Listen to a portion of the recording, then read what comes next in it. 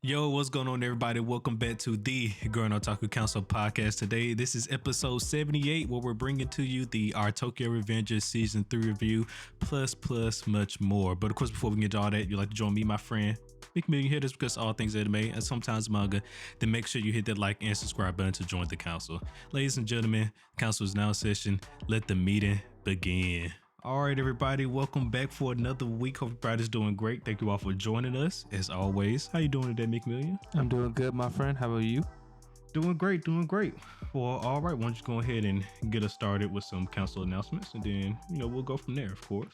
As always, so for council announcements, we're going to just hit you with the agenda here. We're starting with our Tokyo Revengers Season 3 review.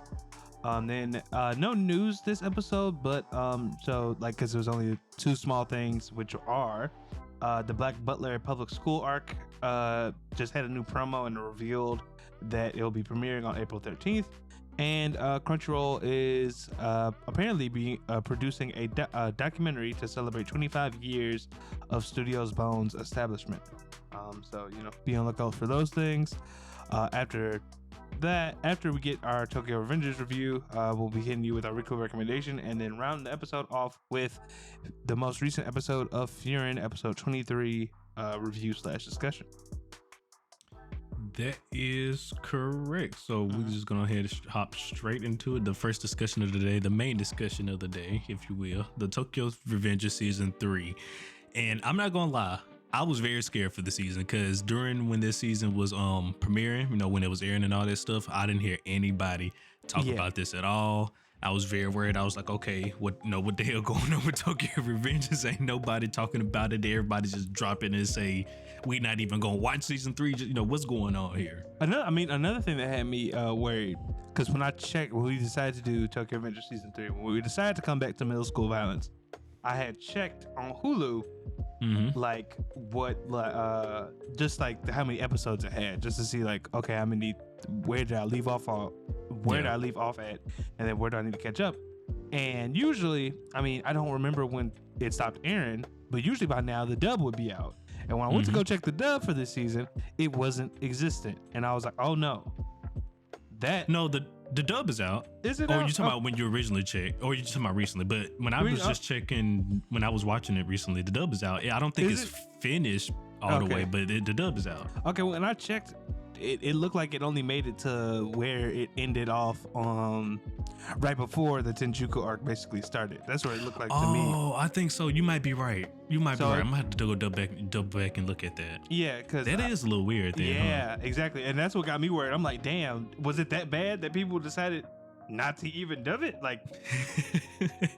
It was like, fuck it. So I was a little bit worried by that.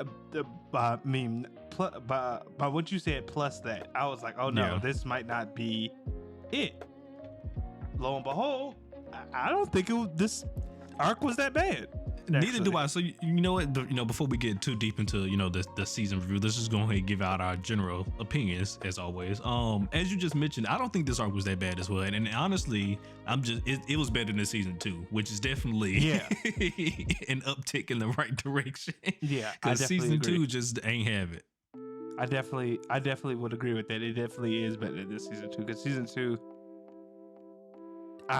it just culminated in it just kind of, it was lukewarm, I think, by the end of it. I was just like, all right, this season didn't really feel like it had that big of an impact, but yeah, I get it.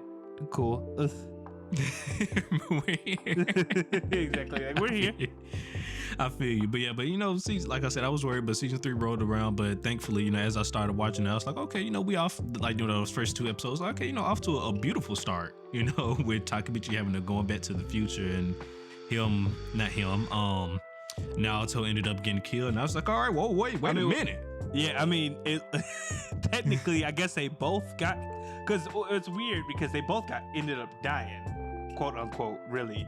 But we only get to see Naoto actually die because he gets sent back to the past before he actually dies. But I was like, damn, all right, he got shot ugly. Technically only getting it. That was the first time of him getting a kill shot. But shit, I was like, damn, all right, cool.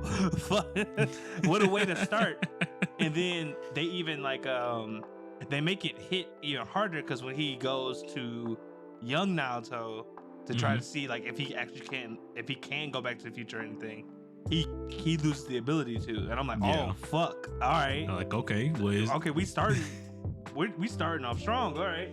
We starting off with some dire situations already. My boy cannot travel back to the future. That's already an issue, right? So now we're stuck in the past. So now let me ask you this: do you think he's stuck here like forever, like he's just gonna have to relive out his life again, or maybe after he does whatever he's gonna solve in the final season, which I'm assuming is this next season, season 4, then maybe that'll allow him to go back to the future? Well, I'm not sure. So the thing is, they left the season off on a cliffhanger, and I don't know should I just spoil the ending of this season right now? Not necessarily, because we'll get to that a little bit later. Yeah, okay. But like basically, based on what happens at the end, I would think that okay, he should be able to go back to Naruto now, and he should be like it should work, but they don't show it. So I would assume that he should be good, all things considering now. But because I don't know if like, granted, I don't know what's supposed to happen next season. Considering if they do get a next season, this was supposed to be the last one. But basically, the way this one ended, I would think that I don't know what comes. I'm very interested. What the fuck comes next after this? I'm with you. I'm with you there. So, but let's go ahead and get into it, right? So the main protagonist for this season was a young man by the name of Izana or Izuna. Izuna, that's what it was, right? Izuna. No, Izana. That's what it was. I said it right the first time. Izuna, right? A young man named Izuna who founded a new gang called Tenjiku, and apparently, this gang was filled with a lot of people who went to juvie. They called themselves the Vicious Generation, and now they just coming to take over. Yeah. So what you think? What did you think about the Vicious Generation? I don't know. The first non-middle schoolers in the series. And so this was interesting to me because I was just like, so I don't know Japan's legal system, but usually after you leave jail or juvie, I believe you have a parole officer, right? Like in America. So in my head, I'm just like, does Japan not provide those? Because these people should all be back in jail. I feel like based on the shit they've been doing. But I thought it was interesting to have like an already established thing, because one thing they also like that's really big in this season, a lot of it ties back to Black Dragon, the gang that we technically dealt with last season, because Izana, we find out, is like the 8th generation leader for that, and he's the one that made Black Dragon become as bad as they were. And it's just interesting to see like, okay, this group of delinquents, the reason why like Tenjiku is so bad and the reason why Black Dragon is so bad is because it was these people that seem to really only care about like being the most wild of wild that got us here, and then Toman, which is supposed to be like the good gang, now has to deal with him.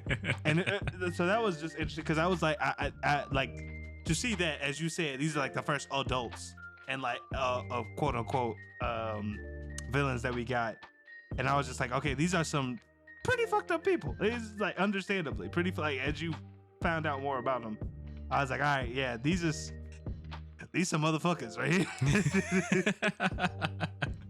So much so that the Tenjiku arc and this whole raid that they did, this was the main catalyst for what happened essentially every time over and over again in the future, where Tokyo Manji gang became this big underworld mafia gang that they just ruled everything, right? And so for Takemichi to stop this, that ultimately stops the big main thing, right, with Tokyo Manji gang becoming an underworld mob syndicate. There we go. God damn it, get the words out.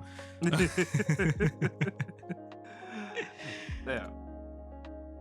But yeah, so I thought that was interesting as well. We found out like that, that this incident was the root cause of all that. And then, of course, with Kisaki, which definitely we're going to get to a little bit later, but, just finally ended the view with Kisaki, that, that was a nice final ending as well. And I definitely want to get your thoughts on that as well, because I'm I don't know. I don't know about that one, but we're gonna get to it. We're gonna get to it. Wait, okay. How do you talk about the end, like the ending of this season, or like Kisaki's? Just Kisaki's whole situation. Yeah. Yeah. Oh, I'm gonna talk about it. Oh, we can talk about it. Just Kisaki's whole situation. We Because gonna man, talk about it. because they. Oh, hold on. Let me look at the document. What we got on here?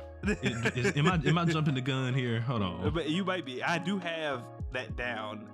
It's like the fourth one? I think the fourth cell. We have a running Excel document, if you will, over here at GOC, where we go and edit to put on like what we gonna talk about during the episode. It's like not strict guidelines, but kind of loosely. Okay, so how you want to do this? You want to? Because I guess there's a way to tie this. Because we could keep going into Izana, right? Because talk about more what. Yeah, I would prefer to do that and then get to the other thing, because I feel like Izana actually. So yeah, basically break it down. So Izana's is the antagonist for this one, not like the main one, but like the guy who's in charge of Tenjiku, and he's had a rough life. And basically, we find out that he and Mikey are related, kind of, because Emma, his younger sister, their mom, her mother had another kid by the name of who was Izana, and at one point, her mom basically is unable to take care of both of them. So Emma goes to Mikey's household, where she gets to have two big brothers, Sano, I forgot, and Shinichiro and Mikey, and Izana has to go to a foster group care. home, a foster care basically. And through that, we found out that Izana and Shinichiro became close, because Shinichiro used to visit him and talk to him about like, hey, one day you'll be able to meet Mikey and reconnect with Emma and all this other stuff. But Izana, basically, for a while, him and Shinichiro were hanging out, and he didn't even know about Mikey's existence. And the moment Shinichiro mentions Mikey, Izana is like, whoa, you got another younger brother? Like, wait a minute. What the fuck going on here? And I'm like, oh shit, okay, so this caused I guess like a rift, where Izana was like, I finally have a family member now, or like a role model. And then all of a sudden I found out that I had to share him. And I thought that was, it was odd, because I was like, I feel like, a person who wants a family would want more family, but I guess in a way, help me out, because I'm still a little bit confused, right, on the whole Silma situation, and then we definitely gonna skip ahead to the ending here for Izana's situation real quick, right? Okay. So yeah, we found it come to light at the end that Izana wasn't really their siblings. Yeah, because, and I guess I'm still trying to wrap my head around that. So he mentioned that he talked to his mom, and she said that he was her stepchild, but her husband's child. But is her husband not her ex-husband? Would that not be Emma's and Sano's dad, still making it his father? I guess that's the part that I got confused about. Is this a whole separate, I think it was that you came in or something? So my understanding, I think, is that it was supposed to be a separate, like Mikey's dad or whatever. They're like Shinichiro, Mikey, and Emma's dad came in later, I think, at some point. Like, I guess this woman originally, whoever, like Emma's mom, I think, might have originally had like a relationship with like the person who was Izana's dad, and he came with Izana's father or something. But I guess like that relationship dissolved, and somehow she just kept Izana in some way, shape, or form. Okay. I think is and what then happened. Met Emma's and Sano's all of them dad. Yeah, okay. And I see then what you're saying.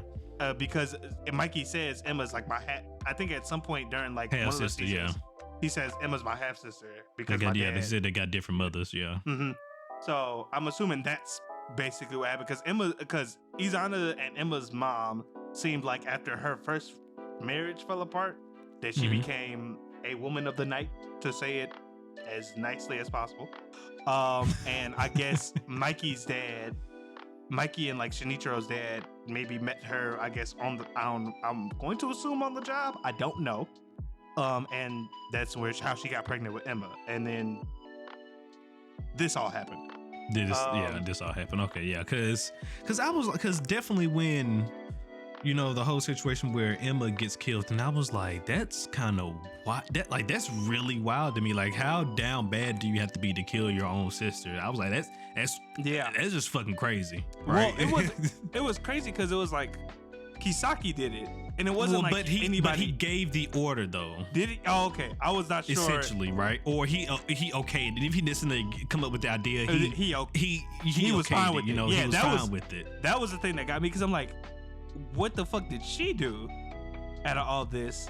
Like, was it just? And then, to make a long story short, basically in the final fight between Toman and Izana's basically, you know, Mikey shows up basically after being depressed and fights Izana, and Izana says, I did all of this. I took away Emma. I wanted to take away Toman from you so that you could see what it was like to be me and have nothing, like, and have nobody, nothing around you to support you, because like the moment he found out he wasn't really related to Shinichiro, he felt like he truly didn't have anybody in his world, because that and the moment Shinichiro when he died as well, you know, that was the two. True. But I was just saying, like, that was because even though he probably didn't know when he found out Shinichiro was his brother, he was still sad when, you know, sad as hell when Shinichiro died. You know what I mean? Yeah, but I was saying, like, just based on like this, what we got from this season, because we see him confront Shinichiro being like, you knew the whole time and was just pretending to be my brother, and Shinichiro was like, bro, like, I still think of you. That's because that's because you was my brother. Like, that didn't matter. Yeah. Like he said, that didn't matter to me. Yeah, exactly. And Izana just kind of got, but like, he was just hurt over that, and he let that fester, and then Shinichiro died, and then that led to him holding an even bigger grudge over Mikey against Mikey, because it was, you know, Mikey's friends that ended up killing Shinichiro, which is still a crazy thing. Because my thing is, like, how do you not know whose shop you're breaking into? You know what I mean? Like, how do you not know this is your friend's brother's shop? Like, that also confused me. I was like, okay, you know what? I'm gonna let it slide, but it is what it is. There's a lot of plot holes throughout Tokyo Revengers. That one is still like the one that irks me the most, because I'm just like, what the fuck? But yeah, we basically, you know, come to find out Izana just hates Mikey and wants to remove everything from him. And I was like, I mean, I feel like this is blowing it out of like major proportions, because I just felt like my biggest gripe, I think, with it, not saying like it's bad, because I still kind of get like where it went storytelling wise. Izana obviously was hurt, and he wanted, you know, hurt people. Yeah, this degree is crazy. This degree is fucking wild in my opinion. But yes, I'm with you there as well. The only thing I could contribute to it when I was thinking about it is like, okay, well, maybe, you know, his mother technically his mother abandoned him, really did, you know, mess with him, but like it would be anybody. And then for him to, I guess, for him to think he lost his only brother that he did have, you know, when Shinichiro down, okay, then that would also mess up somebody. But as, you know, Mikey was saying, like, hey, you know, you got people around you, why do you keep saying you're alone? No. And then like he mentioned, like, if you really just came to us, me and Emma would have accepted you, which I'm pretty sure they would have. You know what I mean? That's where I was gonna say, like, this is somewhat of my biggest problem, is that before the whole the whole confrontation with Izana's mother happens when Shinichiro seems like he's in. I again, the people in this anime look younger, slash older than they should be. So I'm not sure, but he looked like, I'm gonna pull ballpark around like maybe a freshman in high school. That's how tall. You talking about when he was talking to Shinichiro about him knowing? He was probably like around 16 or something, right? Because if he was 18 then. Yeah, so right? I was just like, so in my head, but my thing is, the problem is, why didn't Shinichiro, after spending so much time with him, I would feel like Shinichiro would feel comfortable to bring Mikey and Emma around. Yeah, because I was like, this feels like years have passed. Are you telling me at no point he attempted? That you brought him around? Yeah, that's a good question. I was like, I don't know. The foster home let Shinichiro take him on motorcycle rides. Also, you telling me at no point Shinichiro brought him home and was like, Emma, look, and not even that. Why not just bring Mikey and Emma to him? You know what I mean? Or that's what I'm saying. But I'm saying, like, at no point, like, in the show, they show Shinichiro and him go on bike rides, and I'm just like, at no point, why would Shinichiro not bring him to his house to be like, hey, Emma, look, your older brother that you miss, Mikey, this is the older brother I was talking to you about before.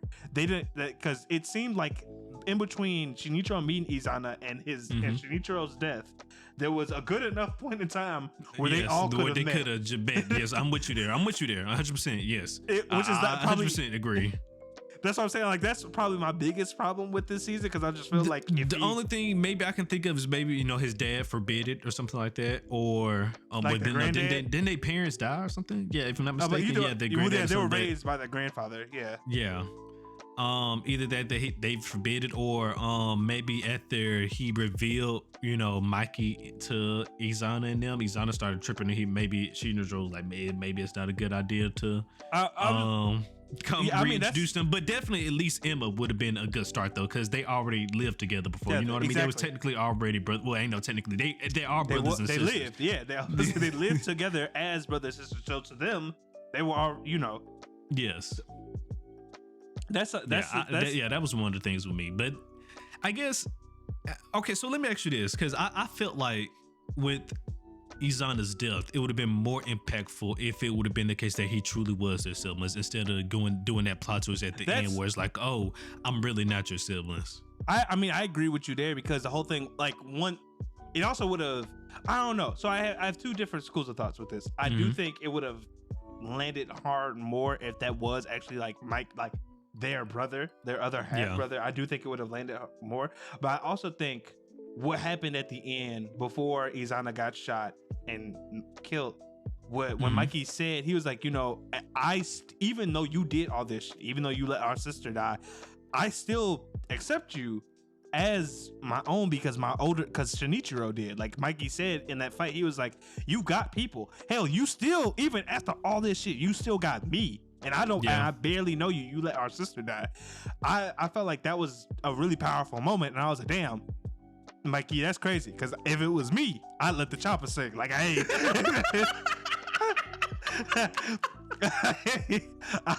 gonna hold you. Listen. He said, I ain't turning the other cheek in this situation. Yeah, I'm sorry. He said, had that been me, I'd have shot his ass. Well, because my thing is this: Izana had, not only was he just cool with his little sister Diane, because at that point you just pure evil to me right there. But I'm with you besides that, you had my best friends get jumped to the point where they had to be in the hospital. Like what I forget. They Smiley jumped the shit out them boys. And I can't remember his name, but the dude who makes all the outfits though. Yeah, I think it's Mitsuya, but I'm not something like that. Sure. It's around that ballpark. You had my best friends jumped, and like you're not like, at this point you are the spawn of Satan. I cannot look past it. But I will say that was a good moment in the show to just show Mikey's character, that like even after all of this, he realized, and I'm in part to like Hina telling them about Takemichi's situation, he realized he chose quote unquote peace. Like he was like, even if you're not my sibling, and even though you let one of our siblings die, I still, my older brother saw you as family, so to me you're family, and you're not alone in this. Even like all that, and then Izana went crazy, and that led to the shooting. But like, yeah. Yeah, no, that's what I thought too. The whole Izana situation, I was like, okay, I understand, him having depression and stuff from being, abandoned by his mother, and being depressed from losing his brother. Right, I get that. But then the being okay with killing your own sister, I don't see how those two correlate. I don't think that's in my opinion, that's a deep enough depression. Okay, you lost your brother, so it's just fuck it. Now let me go kill my sister. Like what? The biggest, and I was about to say, that's probably my biggest issue, is that why would that make you want to kill Emma? I could see. Thank you. I can see it. I mean, technically, he was doing it because he wanted to get to Mikey, but still, that's your sister. It's not like, yes, you're still trying. You like, in your mind, you're doing it to, at the moment, you're doing it to get to Mikey in order to use him and stuff like that. But still, that's your sister. Yeah, I was like, in my opinion, just based off their relationship, I would think that if anything, Izana would try and kidnap Emma before he kill her. But I guess he was like, fuck it. The wildest option here. But like my only thing is that they don't, and maybe it's just because of how fast. Because I will say stuff happened really fast this season, which was like good and bad in a way because it kept me entertained. It kind of locked in, but at the same time, I just felt like if he hated this man to the point where enough to kill his sister, it just didn't sell it to me like that much because his whole anger, the whole anger force was at Mikey. And while granted, like you said, Emma was like a step to make Mikey feel like he was alone. That should have been something that was off limits still. You know what I mean? I just felt like unless you show me a reason why he was angry enough to let Emma die, this just feels like this is what like crazily out of proportion of a step. It's almost just for shock factor, but which it definitely was because I was like, what? The moment Kisaki showed up with a bat in front of Takemichi, I was like, oh, it's not for Takemichi. This is unfortunately, but once you think about it, he could have just took Takemichi out then. So like, why? True, but he didn't. The thing. Do you want to talk about Kisaki now, or do you want? Yeah, we can go ahead and get into Kisaki now since it's starting to talk about him now. But I mean, because he could have just took him out then. And my only thing is, I think the only reason he didn't want to do that right then and there is because I think based on what we find out about Kisaki, I think he wanted to prove to Takemichi he was better. That he was better. Okay, you know what? Yeah. You know what? I give you that. I'll give you that. Because basically. Because basically, if you're watching this, you most likely have already watched it. But if you haven't, we find out that the reason Kisaki has been doing all this shit is because Takemichi at one point in his everyone knows now that Takemichi saved Kisaki when he was younger from like getting bullied. Apparently, we also find out that Kisaki and Hina went to the same school and Kisaki had a crush on her. And because Hina had a crush on Takemichi, Kisaki made his whole personality be better than him. And so because one day when Takemichi was randomly walking home from school, he said, I'm going to be the best delinquent ever. Kisaki was like, no, that's me. And hey, what Drake said, jealousy is just love and hate at the same time. Kisaki embodies that completely. So we find out that Kisaki basically set up this whole thing to take Toman to the heights that he does in the future, to become this #1 delinquent, to basically be like to prove to himself in some sick way that he's better than Takemichi, and also eventually to win over Hina's love. Hina. Yeah, I still don't know how you becoming the #1 hoodlum was supposed to do that, but hey, yeah, exactly. I was like, where does that? I guess he came to that conclusion because you like Takemichi, and that's Takemichi's goal. So if he can do it, I can do it better. You know what I mean? Yeah, and for although like early on, a lot of people thought the reason Kisaki kept basically in the future getting around all of Takemichi's interference was because Kisaki was also a person that could go time travel. But we find out. You know what? They definitely did a good job of selling it too, because especially like in the scene where he does kill Emma himself, right? But then you come to the part where he's just about to kill Takemichi, and it could just go back to, like you said, because he did kind of have an admiration for Takemichi. He wanted to prove it to him, but it was hard for him to kill him. But at the same time, it was like, okay, you easily kill Emma, but it's kind of hard for you to kill, or shoot Takemichi. So that in that moment, I thought, okay, maybe the future Kisaki had came back in that moment to kill Emma, and when he came in, that's and just left after that. And so I thought that's what happened with that situation. But then we come to find out that that's not the case at all. It's not. No, he has some sick, twisted, like. He puts Takemichi at the same time for hating him. He has him on this weird pedestal. Yes. It is very. You know what?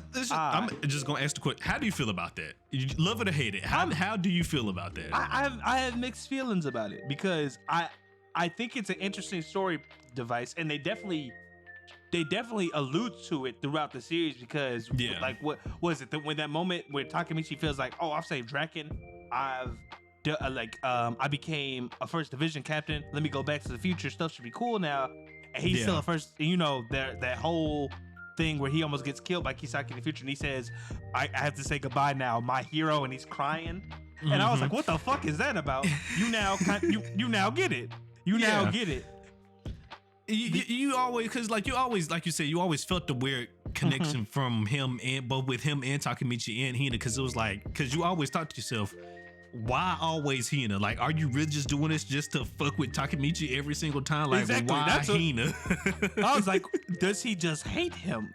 But then but then you find out, no, he was a hater. He was a jealous ass motherfucker. If Takemichi ain't got no more haters, that's because I died. That legitimately. That is Kisaki got that tatted somewhere. I swear. I thought that was wild to me too, because I was like, oh, so you did all this because you're a hater. That's literally what I said. You're a fucking hating ass nigga. That's why you decided to do all this. This I was like, I have such mixed feelings about it, because I'm just like, from a story standpoint, it wasn't even written bad. I was like, I get it. It just sucks really sucks, I think, to find out that all this bullshit happened because this man had a crush and could not get over it. To the point where he became a crime boss. And then, so I was like, then before they revealed it, so I was like, you telling me it was just so if I can't have you, nobody can situation. Then he said the words out his mouth. And I was like, whatever. Yeah, exactly. There you go. I was like, at that point, I was like, all right, time to next. But yeah, like you said, I don't necessarily hate it, but like you said, I think I was just more of, I guess disappointed is the word, that was just it at the end. But like you said, I don't necessarily hate it because it's not like bad writing in the sense. Yeah, it can't. They definitely hinted towards it throughout like the series. It made sense. It's just this was why I went through all this. The reason I just would prefer him to be a time traveler. Exactly. I was in a little bit. It would just been like, I just would have preferred him to want to be a kingpin because then you could have pulled the ploy. I tried over and over again to get Hina to love me. You know what I mean? But no matter how many times I failed over and over again. But then now you could think, but now because that was always because of you, Takemichi, something like that. You could have leaned into that a little bit more. But I don't know. But I guess. Yeah, like I said, I don't necessarily hate it though. I guess I was just a little bit disappointed. Yeah, exactly. That's kind of was because I'm just like, for instance, I like the twist that he wasn't a time traveler, because I thought that was kind of cool to just be like, damn, Kisaki just really had all these backup plans. He was just because it goes to show you how actually smart Kisaki was. Because I mean, regardless of what Takemichi was doing at the moment, he won every single time. He won. So, I mean, his plans did work. And then, like you said, but Takemichi was like, well, how can it be a perfect plan if somebody like me can foil them? I was like, well, you got a point. But then at the same time, you do have one of the ultimate clutches ever, Takemichi, knowing exactly what's going to happen. And Kisaki, even like when they had that final standoff, Kisaki was like, that's how you've been doing it. Because every time my plans, there's been one thing, it's been you. And I've always been wondering how. And I was like, okay, see, I was like, and they did a great job. He's a smart character. Of course he would figure it out, right? It's just, yeah. For that to be the reason we're on this, we are doing this shit is just insane. So at the very beginning of this whole series, you killed me because you wanted my girl. When at the time, she wasn't even my girl. Yeah, exactly. He wasn't even thinking of it. It's just so crazy because he wasn't even thinking about her at that in that aspect until, oh man, it's so really you brought your own downfall upon this, because if you didn't have to try to kill me, you could have been chilling with all your millions. You feel me? But now you're dead. Exactly. Now you did. That was so on the docket I wrote. But now you're dead. I was like, Kisaki died, and he got hit by a white truck. There is no isekai for this thing. Truck-kun strikes again. Truck-kun strikes again. Not even Tokyo Revengers is safe from Truck-kun. Not even Tokyo Revengers. Not even Tokyo Revengers. And I'm just like, so now we're at the point where I was talking about at the beginning when you asked me, like, do we think the next season will be about focusing on him trying to will he live his life I have no idea what's about to happen. Yeah, exactly. I was like, Kisaki is dead. There, as far as I know, there is no other gang to challenge Toman. And I'm just going ahead and say this right now. Unless whatever's about to happen, it has just been so baited and foreshadowed throughout the entire series. This is about to be one of the most ass pulls ever this next season. I'm telling you now. And from what I hear, my friend of the pod reads this manga, and he says it kind of goes downhill. So so it's probably that. It's probably about to be an ass pull because at this point I don't know what else. Because what are you gonna pull or bring? Who are you gonna bring in and say, okay, this person was truly the cause of everything? After we clearly saw it was really Kisaki at the root of everything, right? With him manipulating, it's every single event. Kisaki was manipulating it, and not only that, I just found out how many people Kisaki actually did kill throughout this series. Like he got a few bodies. So you mean to tell me this man who was at the head, the face of everything, manipulating everything from at least from what we've seen so far, and got a lot of people killed. Mainly both Hina and Emma, as we both seen now, two key components to the story that we've been the main two components that we've been traveling with the story. Now you're gonna tell me that he wasn't truly the big bad all of a sudden? No, I'm telling you, unless this was just extremely foreshadowed, this is about to be some crazy ass pull. Yeah, I'm sorry. Yeah, so I don't know. It's just interesting because a lot of if the opinion of manga readers is that shit just goes down for me. I could see why they might not come back, but when I was looking online after I finished watching, it seems like there's still a plan to adapt the rest of the series. So we might get to see what the downfall. I mean, they gotta finish it now. You here? Yeah, you here. I'm just very interested to see how just go on bringing that in and let us talk shit about it. Just go and do what you got to do. Because I'm very interested to see. It's not your fault, the animators that the end of the story is what it is. That's it's the author. So whoever that may be, he or she. No, we discriminate around here. It's a guy. I forget his name. It's a dude though that wrote Tokyo Rangers. I'm just very interested to see what the fuck goes on because I'm with you there. After Kisaki died, and there's no other people to fight Toman. I'm just like, what? The only other thing I could see them dealing with is Mikey's depression because y'all done put my boy through the ringer. Like, yeah. I would. That's the only other thing I can see Takemichi trying to at least fix before he goes back to the future forever is Mikey's being extremely depressed because at this point. Yeah, that boy everybody need therapy, but especially him. Cause everybody need therapy, 100%. Everybody, because these little children, they done been through a lot. All right, they done been through a lot. Also, before we finish up, wrap it up here, I need Tokyo Rangers to decide what can kill a person and what can't, because Izana got shot 3 times, 1 time through the heart. It looked like through the heart at least. And I was like, so he should be dead immediately, right? And he wasn't talking for a while. And I'm like, okay, all right. So he died. And then he gave his whole speech. And then he gave a speech. I'm like, what the fuck? What type of shit? How is this? And then also, Takemichi should have permanent brain damage. The amount of times this man got punched in the face by people. Something should be wrong with Takemichi. I'm not gonna lie to you. I'm not gonna lie to you. He should have like a broken finger at least, or something. A broken toe. I don't know. Besides like the gunshot to the foot, there should be serious brain damage in his head. The amount of times he got hit in the head by people twice his size is ridiculous. And then on top of it all off at the end where he got hit in the head by a fucking brick from Kisaki. When that happened, I was like, this is how he escapes.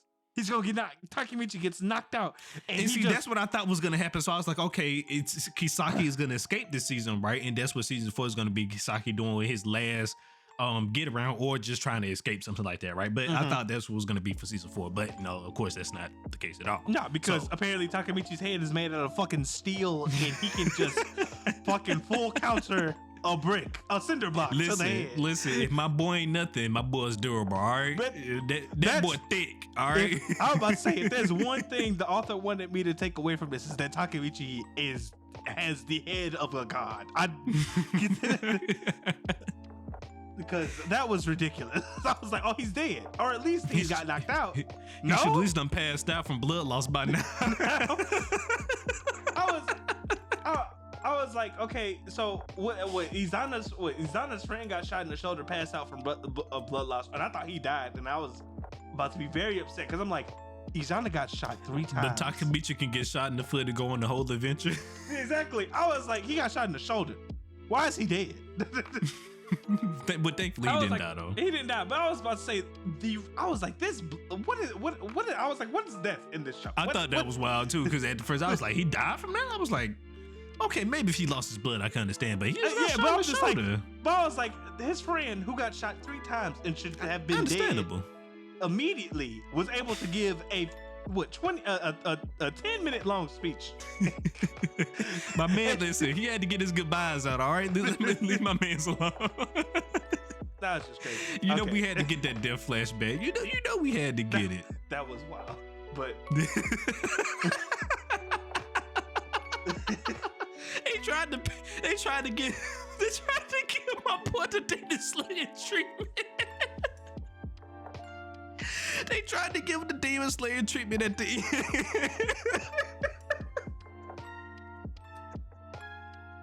I still think Renji died faster than that too. That's the crazy part.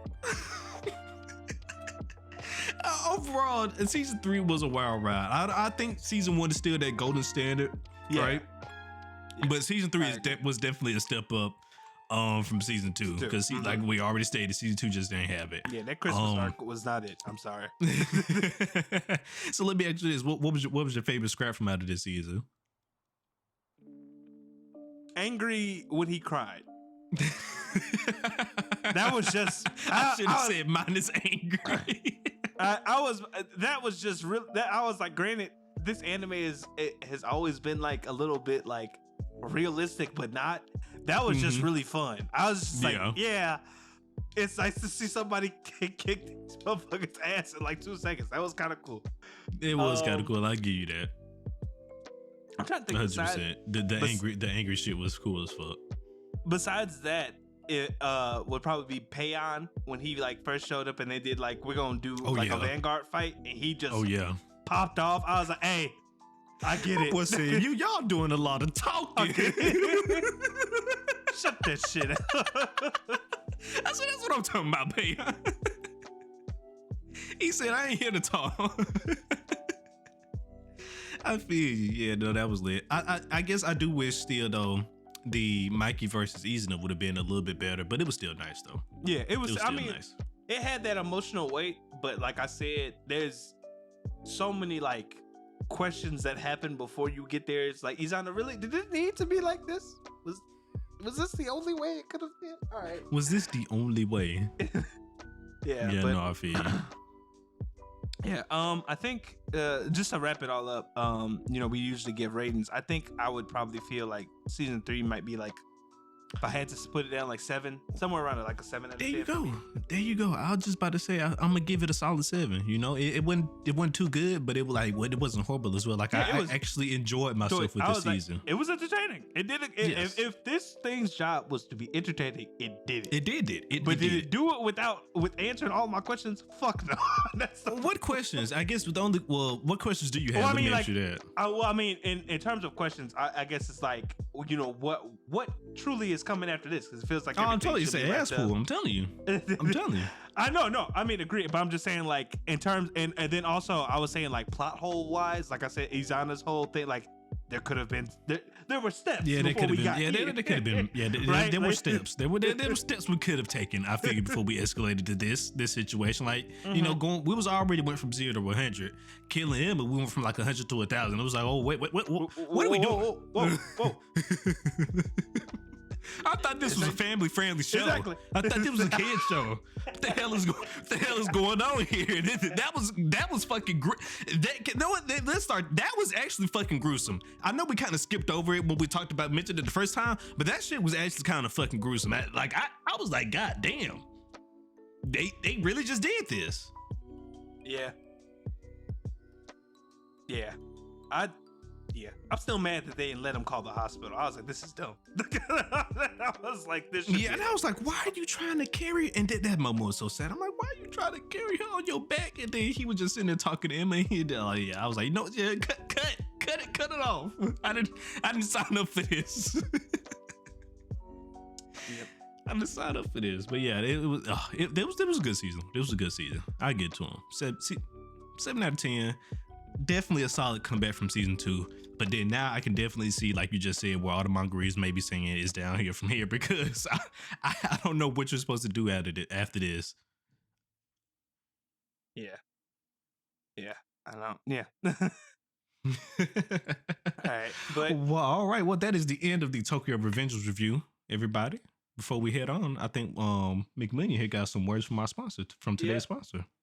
And while Ace said I didn't sign up to see this Tokyo Revengers thing, one thing you might want to sign up for is a Magic Mind subscription, because it will keep you up and energized to do all the things you need to do throughout the day, as well as catch up on some of your favorite animes. So, Magic Mind, as a sponsor of our podcast, they had graciously given us a discount code called Gurren20, which you can use on the website to get a 20% discount of a one-time purchase for Magic Mind, but also a 56% discount to a subscription that will basically keep you up and energized throughout a year or 3 months, however long you want to make your subscription. And you can also, besides using our discount code, you can go to magicmind.com/Gurren Otaku and still get the same deal.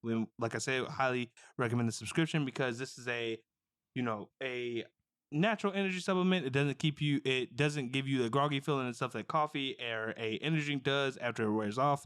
And also it's something you can also pair throughout your day with other drinks, such as coffee, if you so choose to. So like I said, shout out to Magic Mind for sponsoring the podcast. You can get your discount using the code Gurren20, or go to magicmind.com/Gurren Otaku. That is correct. All right. Thank you, McMillian, from those words from our sponsor. Once again, shout out to Magic Mind for sponsoring today's episode. And now moving on from there, before we head into our Frieren review, of course, we're going to be giving out this week's weekly recommendation, which is Mega Blocks. And I'm going to hand it off to McMillian, who's going to talk a little bit about this. Yeah, I said it. Mega Blocks. It's Megalobox. Megaloblocks. Megaloblocks? That's what you said? No, I guess that is Megalobox. Megalobox. Megalobox. Don't question me for your weird ass name for this weekly recommendation that you picked, all right? That's not I didn't name the anime. I don't decide these things. But yes, you may have heard of this. But if not, best way I can describe Megalobox is basically think Creed, but his dad's not famous, and he basically wants to be one of the best boxers. So just so you know, brief synopsis here. That was written on one of the anime websites. Filled with overwhelming excitement and backed by the criminal syndicate responsible for his throne matches, Junk Dog enters Megalonia, a world-spanning Megalonia? Megalonia. See, even the name of the fighting tournament is weird. A world-spanning tournament that will decide the strongest Megalo boxer of them all. Having no name of his own, he takes on the moniker of Joe as he begins his climb from the very bottom of the ranked list of fighters. With only 3 months left to qualify, Joe must face off against opponents the likes of which he has never fought in order to meet the challenge of his rival. This anime spans 2 seasons, a total of 26 episodes, and all of it is streaming on Crunchyroll. The difference is here, Megaloboxing, if you haven't figured out, is boxing, but in this world, it's basically like late 21st century. Boxers also now have equipment that helps them basically punch harder / faster. It's called, I forget like what the gear is called, but Joe, our main character, fights without using the special gears that boxers use anymore, and it gets him the nickname. And as he rises to the ranks, it gives him the nickname Gearless Joe. And you get to see his ascent from basically a nobody to somebody. Yeah, to a somebody. Sounds cool. Sounds good. Well, if you're into, boxing anime, I haven't really, I will say I'm not much of a, boxer watcher in general, so I don't think I'll ever pick up a boxer anime unless it was just kind of this is some nice, weird mix off the wall type thing, which this does kind of sound like. But I don't know. You and Megalobox might have to kiss my ass, McMillian. I don't know. I would not put some on weekly rec. I did not enjoy, and I did enjoy this series. So I'll just say that. I feel you. I feel you know what you haven't steered me wrong for recommendations so far. So I'm the trust is still there. I'm just questioning you a little bit. That's all. It happens. Well, all right. Well, thank once again everybody. This week's weekly recommendation is Megalobox, brought to you via McMillian. And now heading into our last discussion for today. We may be out of mana, but we not out of options, everybody. Shout out my boy Dickens. Shout out to that boy Dickens, everybody. It's the Frieren Beyond's Journey episode 23 review, and I do want to take this time to remind everybody that Frieren Beyond's Journey is the featured podcast, not featured podcast, it's the featured anime for the winter 2024 season for the podcast. There we go. So what does that mean? All that simply means is that every week you can catch us reviewing Frieren. Nope, plain and simple. And next season, of course, we'll pick a different featured anime. But all right, but you know what? Let's go ahead and get into it. Frieren, episode 23, Conquering the Labyrinth. All right, so boy, this was and I made an enjoyable episode. I made a post about this online as well. But Frieren just keeps getting better every week after week. I just keep thinking, how the hell is this shit just gonna keep getting better? But once again, I need to look up this author because they made a beautiful story. Frieren is just amazing. I can't agree. I cannot agree enough, because this episode, how does it get better? You put Dark Souls boss fights. you take a page out of one of the best RPGs out there, and boy, besides that, really good episode. And I think a great way to continue the mage exam too, because we had the whole thing with since they had said that the second exam usually leaves nobody can pass, because since it's just that hard of an examiner. And I was like, I don't necessarily get it, but through the stuff that happens in this episode, I'm like, okay, never mind. I understand. So you know what? Let's just start it from the top here, right? So the second test for the first class mage exam, our girl Sensei pulls everybody up to this labyrinth called the King's Labyrinth or something like that. Yeah, King's Labyrinth, I believe. Yeah, the King's Labyrinth, right? Apparently nobody has conquered this labyrinth yet. Not even though we already done killed the Demon King, nobody has conquered this labyrinth yet. So and I do like the fact at the beginning of that, because everybody we had the moment where this one mage was like, you expect us to go into this labyrinth, that's been unexplored essentially. Nobody's beat it. And the sensei was like, well, what do you mean? If you truly want to be a first class mage, this is nothing. We make the first class mage just make the impossible possible. And I was like, okay, you know what? That's hard as fuck. I get you that, sensei. Hey, you better get it together, guy. I don't know what else to tell you. You better get it together. Yeah, but I did. But something that I thought was interesting, and I'm kind of with Dinkin on this one. So since basically tells them there aren't really any major restrictions to this test, other than the fact that the goal is to make it to the bottom of the labyrinth, basically make it to the end by, was it sunrise or something like that, or sundown, sunrise? I think it was sunrise, but yeah, just the goal was make it to the end. There's no teams, nothing. You don't have to fight each other. The only goal is just make it to the end of this labyrinth. You make it to the end of this labyrinth, you pass. Exactly, and you could develop teams if you want to, Dakin says, hey, we should all, there is no restrictions. All stick together. Yeah. We should all stick together. In hindsight, maybe could have went one or two ways, right? Because I think yes, having all those mages together would have been a good idea, right? Because it would allow them to be, we're stronger together as a unit. But then also, we probably would have saw situations just like we saw what happened with Dickens' group, where certain people not paying attention and you still losing people any damn ways, right? Yeah. Because they're just not paying attention, even though we're in this group. And then, I might be jumping ahead a little bit too fast, but with the whole clone situation, right? If you in this fat ass group, how many clones are you gonna run into at a time? Yeah, I guess with that one, that is a worry. Although, based on the end of this episode, I will argue with you. okay? I don't know what the fuck about to happen next episode, but no, but yeah, we're gonna get there. Yeah. But I will say, I do think at least there's two schools of thought here. The guy who like kind of stood up and was like, hey, I'm going by myself because I don't know what the fuck, you know, what y'all got going on. Yeah. Yeah, because I get that, because technically there is a benefit to betraying people here as well, because at least you'll go into the third exam with less competition. I'm gonna keep it a buck with you. Unless I'm just completely 100% confident in my abilities, I'm not going in this dungeon by myself. Yeah, no, I thought that dude was dumb. I got his reasoning, but I thought that was stupid. I was like, yeah, there adventuring parties in this world exist for a reason already. If this is an unexplored dungeon, why the fuck would I go by myself? Granted, I get it.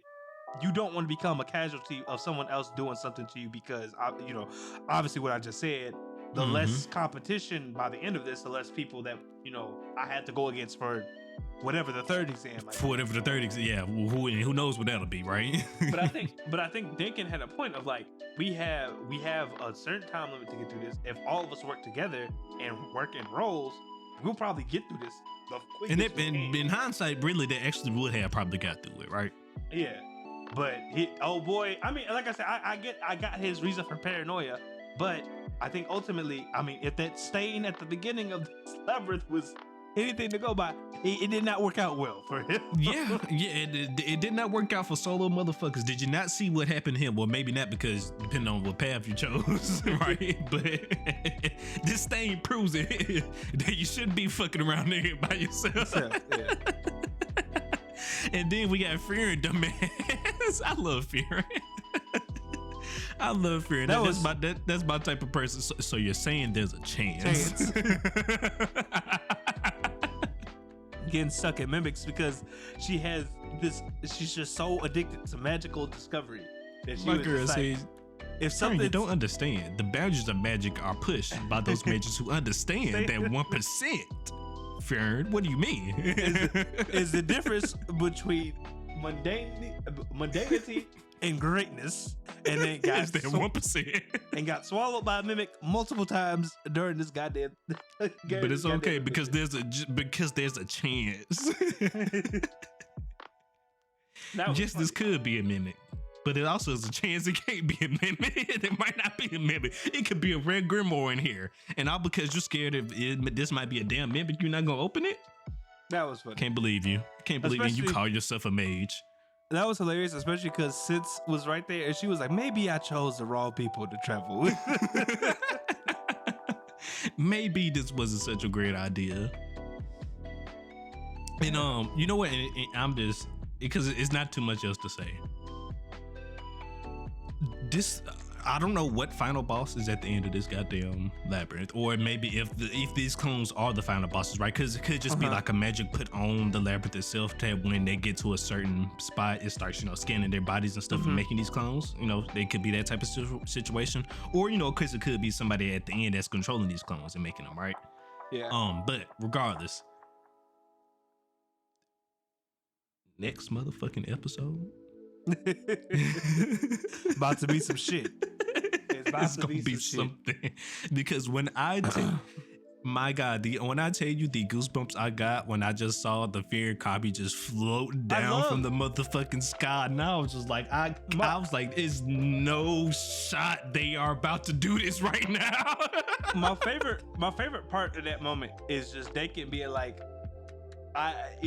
because they make it to they beat old girl's clone, like the guy in the group, and they're like, okay, cool. See, like, this is why I wanted to work together, because we could do stuff like this. If that had been like a one-on-one situation, who knows how that would have went. And then they get into the room, and before they even show it to us, the audience, old girl asks, but can we deal with that? Not old boy. It was old boy. It was old boy. It was Richter. Yeah. Okay. Richter said, can we deal with that, Dakin? And Dakin just, it says in the most like monotone voice, he said, one thing is for certain, if this wasn't a test, I would have broke this goddamn bottle a long time ago. I would have broken my bottle a long time ago, because and then they all take out their stabs, and I'm like, that what shit, the fuck? hey, What do they shit was see? fire. And That then shit was you fire see- as hell. and then you see- When it was taking out their stabs and shit, that shit was dope as fuck. And then you as the audience member see the back of the clone. You see the back of the copy first, and I'm like, oh fuck. Shit. Yeah, because I was thinking the whole time, I was like, oh, okay, yeah, they just got, they're just making clones of the, copies of the group. I was like, they can handle that, right? And then, like you said, they get into the room, and I was like, So wait a minute, about that, right? yeah, no, because like I said last episode, if we all know who this bitch is, why are we doing this? I would have been. If that was me, I'd been so pissed. I'd been like, "What the fuck?" What scares me though is that potentially this clone might not have the restraints that Frieren puts on herself in battle. Okay, that is one word. Here's my other one. So, no one has ever conquered this labyrinth, right? Like fully explored it. But does that mean that no one has been in here at all? Because my thing is, we have the person who made the Magic Society to determine what a first class mage is. Has she been in here? No, I feel you. That's my next guess. Frieren and Frieren, they're gonna have to fight Sensei. Okay, they're gonna have to fight a copy of Sensei. Well, but I'm saying, like, besides Sensei, the other elf, has she been in this dungeon? Oh, at all?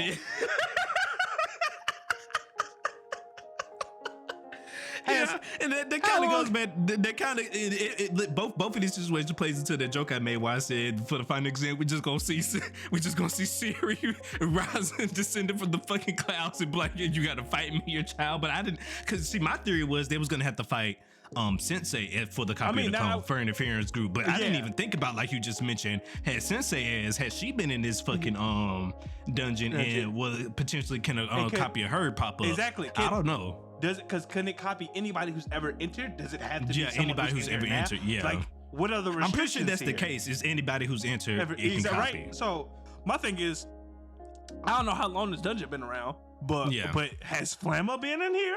Did she walk up in this bitch? I guess it's also the question is it only people that's in the dungeon at the time can we make copies of, or can like you said, for instance, it doesn't matter. Like you said, if Flemma entered at one point before, does that dungeon keep it like a memory? Out, can it spit out a copy of Flemma? Because I'm just saying that would, like, granted, I am worried because, like you said, Sense could be like a boss now, right? That could be in here. But if someone's stronger than her has ever walked I didn't think those about halls, that. Yeah, I didn't think about that. It potentially could we get people that face a clone that is not necessarily a part of a group? It's just somebody who's been in this dungeon before. I didn't think about that. That is another dangerous layer now. Because like I said, right now my theory is they're gonna have to fight Sense. That's what I'm. And I still think that's gonna happen for Fern and Frieren. Yeah. It might happen for other people beforehand.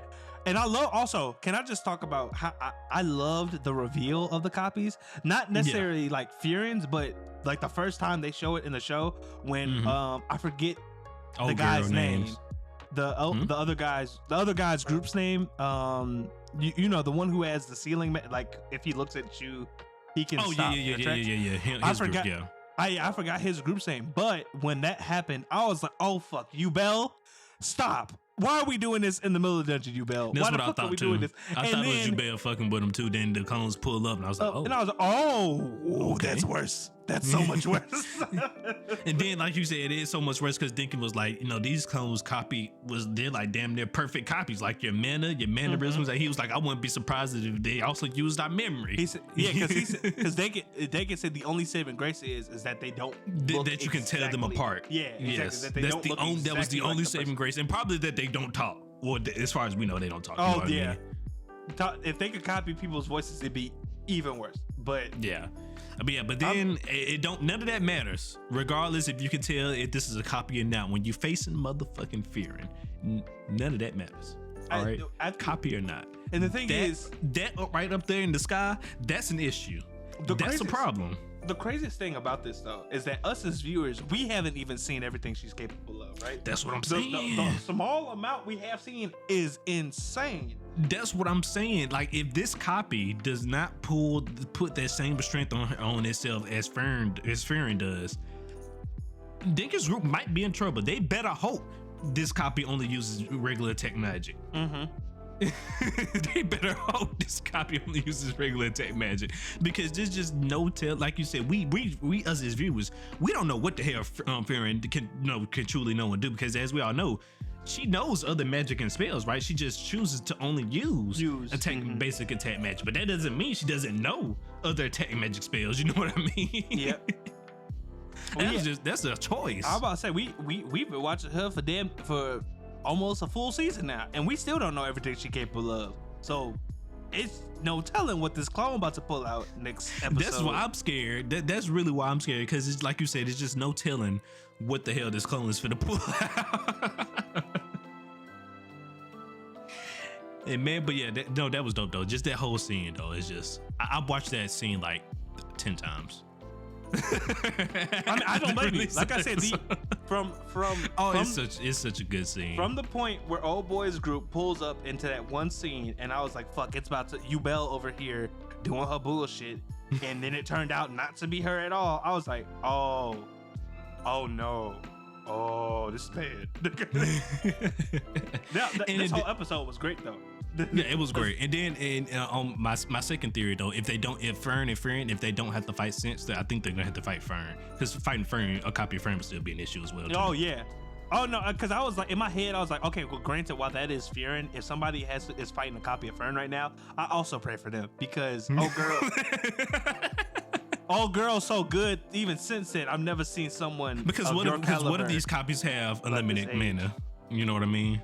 So now you got a copy of Fern who has unlimited mana, who could just spam attacks and she already do nothing else, and she already be doing that shit effortlessly. So now you just gave me. So crazy. Now you just add indefinitely on top of effortlessly. You have a fucking problem. It's crazy. You have a problem. Yeah, old boy who went by himself definitely fucked up. Yeah. Listen, I'm not gonna hold you. I'm gonna be surprised if he pops his ass up at the end and he's just like, I told y'all niggas, I ain't need y'all. You know what I mean? That would be hilarious. That'd be so funny. But also at the same time, I'd be like, how? I'd be like, what the fuck? How did you get through? The only thing I wish they would have done for this episode is just if they could have said where they were, like if they could have told me how deep it was, and if they could have told me like what floor these things appear on, because I'm just like, is there shit crazier than this the lower you go? Because this is already kind of fucking wild. How do you did you like the aspect where essentially Mel is a completionist and he likes to scour every floor before he goes to the next one? I did like that, and I loved how it passed on to Frieren, and it turned Frieren into a completionist. I really like that, just because I'm just like, someone in this group got to understand how dungeons work, and I was like, yes. There we go. You don't go to the next floor till you explore everything. My boy said that could be a secret treasure room in the room we did check for all we know. And Frieren was like, what? It could be secret grimoires. Say less. Exactly. Let's go. Magic. That's all Frieren needed to hear. She like, let's go. Exactly. So that was great. She started beating him then. That was great. This episode was great. I am concerned about what happens. I can't wait to see what happens next episode. Make your bets now, everybody. Either somebody's gonna die this next episode, or they're definitely gonna break their bottle. One of the two. That's what I was wondering. I think so. My thing is, I think. Oh man. And even if they break their bottle, let's hope the golem can even still save their damn ass. Yeah. In my opinion, I feel like at this moment, either two things about to happen. Denkin is gonna lose a majority of his team to the point where I feel like only two people gonna be left, or somebody's gonna figure out how to use one of them rescue golems to beat up the fake Frieren. I feel like someone might come up with something, but but the more likely thing is, I feel like Denkin's gonna lose up. The only saving grace right now is that it's a group of them. It's still not really in the grand scheme of things. It's going to help too much, but it's better than not being in the group. You feel me? It's 5 of them, right? Because there's like 2 extra people that joined Duncan. Yeah, it's the original 3 from Duncan's group, right? Another girl, 1 left, so I think it's maybe 4. I can't remember if it was 5 or 6 that we started off with, but 1 left. Okay, it was at least 5. I know that much. I know that much. It was at least because 5. one girl had to use her thing already. But I feel like best case scenario out of this is if they do end up winning, at least I think it's only gonna be 2 people left by the end of the film. I feel like it's only gonna be 2 people left. I don't know if if the other one gonna be dead. I don't think that. But I think by the end of this, do you think we get a death out of Dinkin's group? I don't.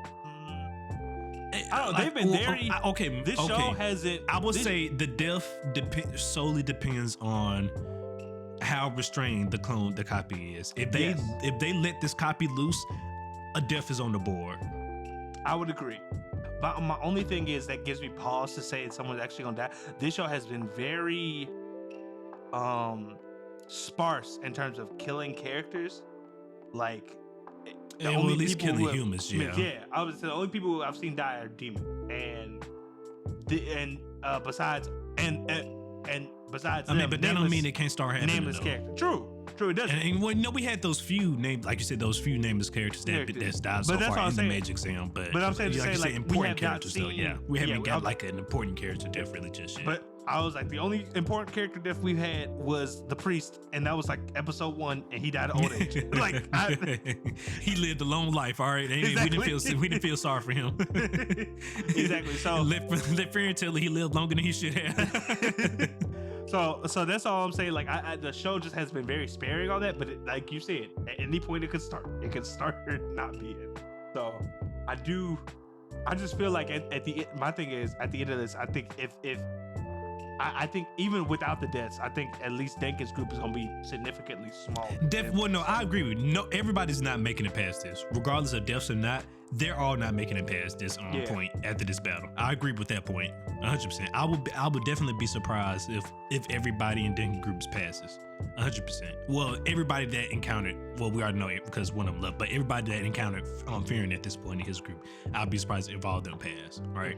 I think best case scenario, they walk in there with 2 people. 2 people, I think is what's gonna be left. Ooh, and like I said, only unless Denkin pull out, the big brains this time, because last time he faced her, he kind of has an idea of what she'll do, and like I said, it just completely depends on whether they let this copy loose or not. Because if they keep it true to Frieren, then I can see Denkin kind of coming up with the way to stop her, but only so because he faced her before already, and now with help, okay, I can see you coming up with a plan to defeat a copy of Frieren. I can see that, right? But if it's like I am at the top of my game, I'm not holding anything back.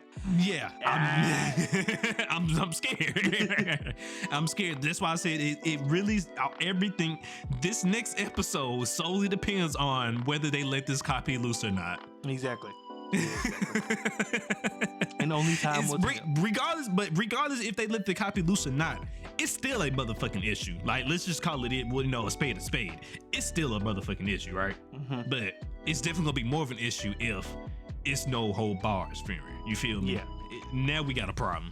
Now we got a real problem. Exactly. Because what we thought was just already a problem is about to turn into a catastrophe. All right. About to be a big old problem. If this is no holds barred for him. And then also, like I said, on that point where we don't know if these copies have like endless mana capacity, you know what I mean? We don't know how that's working, or if it's just like, do they copy whoever they, who does the copy get whatever mana capacity of, the person they copy, you know what I mean? I mean, even with that though, Frieren is still Frieren and Fern probably have some of ridiculous some of the biggest mana capacities. That's probably not a first class mage. Well, Frieren is a first class mage, of course, by all rights, but it's probably her mana capacity is probably something crazy, like extremely unexpected. So only time will tell. Definitely more than a modern mage. We already know that because Denkin ran out of mana just fighting her the first time. You know what I mean? So. Yeah, and people, and I was about to say a first class mage thought Denkin was worthy of the title. So hey, Whew, this is about to be rough. It's gonna be a movie, but like I said, I think the real show gonna be when we see whoever Frieren and Frieren gotta fight, if they gotta fight somebody, because Sensei did say that you guys are gonna have the safest time going on. Yeah, she felt like they would have the so maybe they actually did mess around and pick the safest route that don't have copies and stuff. Like they could. I wouldn't put the author of Frieren putting them past that. Like they actually chose the right path by coincidence. My only thing with that is, I think to your point though, as you said earlier, Frieren has shown to be a dungeon explorer, completionist type person. I just feel like it's a matter of time. Because she's exploring the dungeon, she got herself into some shit she didn't necessarily have to get into. Yeah, because you're trying to go to every room route to every room and stuff. And then also, like you just mentioned, we also still have that case of whether is somebody controlling these copies or is it being made are these copies being created by the dungeon? Because if there is a dungeon boss, then we still got to deal with that. You know what I mean? And a big worry for me that I've just realized. Also, they showed. Granted, I don't know how many copies of one person can show up at one time because the dungeon has shown that it can produce multiple copies at once. Yeah. Now, granted, it's been different people, but that does not mean that's the limit. You know what I'm saying? Like it could. Correct. At any point in time, this dungeon could be like, "Hey, 2 Frierens."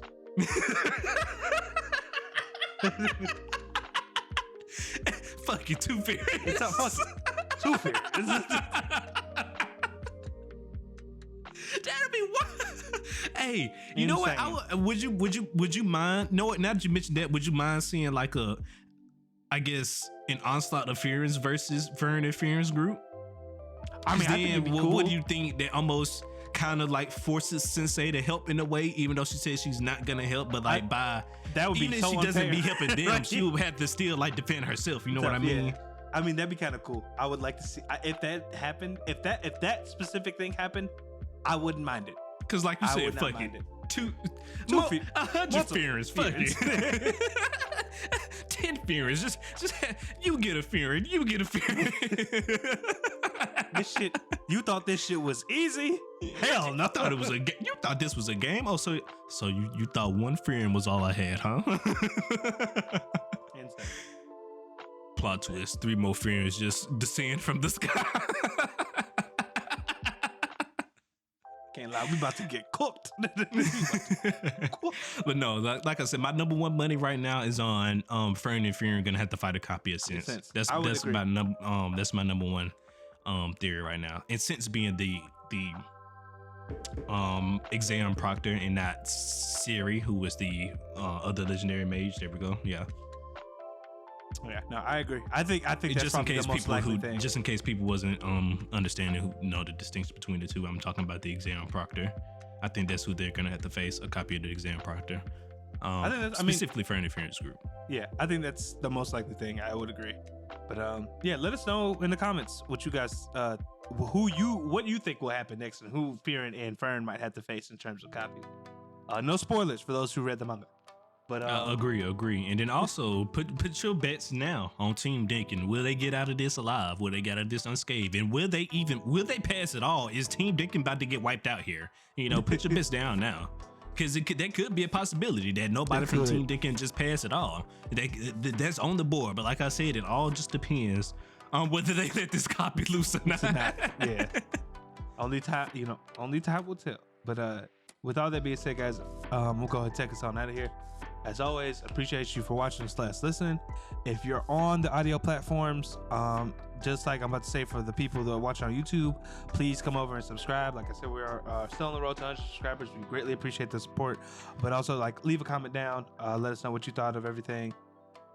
Were you about to say something, Days? Yes, I was. I was just about to say we're hella close to 100 subscribers. Everybody, please continue to help us make that push. We're almost there.